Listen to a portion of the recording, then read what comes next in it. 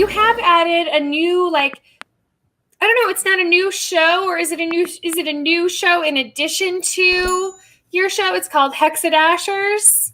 Yeah, basically it's like a show that for people in our community, in the Dash community, and also in the Hex community that might have an interest in the other currency, because they don't overlap at all. Like one is concentrating on payments and the other one is concentrating on being a store of value.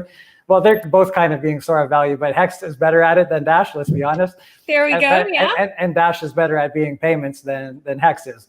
So right now we're trying to get people from Hex that might want to spend their Hex gains at some point, maybe not all of them. You're going to restake, obviously, but then you're going to want to have a place to spend them. And now Dash is working on ways to make that easier than using Ethereum or Bitcoin. And there's some things that we've done in the last little while that we're going to get into later on in the show that have made it much easier and actually made it beneficial for people to use Dash, other than the fact that it's a smooth payment network.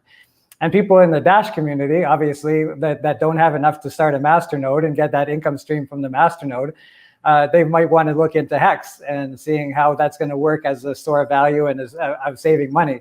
And I'm a hardcore Dasher, don't get me wrong, but I've also set up my friends with Hex stakes because it just works better for smaller amounts if you stake longer.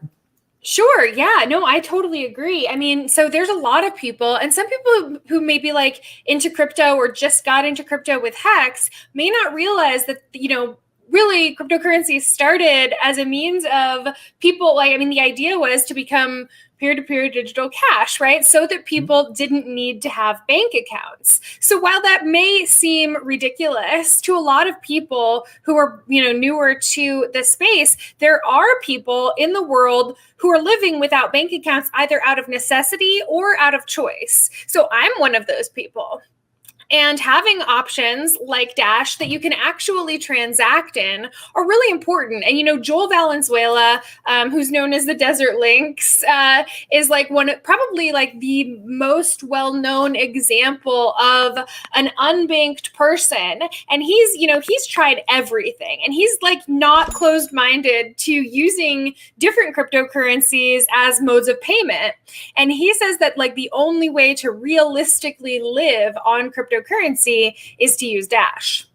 Yeah, in his area over in New Hampshire, there's it's called a free state, right? So there's a lot of people there. A lot of people there are into live free or die, no government intervention and stuff like that. So a lot of people there are into that message of trying to have that digital cash that's away from the government, not supporting the government and everything else, right? So it's kind of a perfect breeding ground for that type of thing. And he lives right there. So he's actually been shown on CNN before, actually going through his day and buying things in different places. And of course, CNN tries to throw that spin of oh, this is never going to work, and stuff like that. How is this going to be possible and everything? But Joel just says, oh, here I go paying at another place, and here I go paying at another place. He's just demonstrating that it can work, right?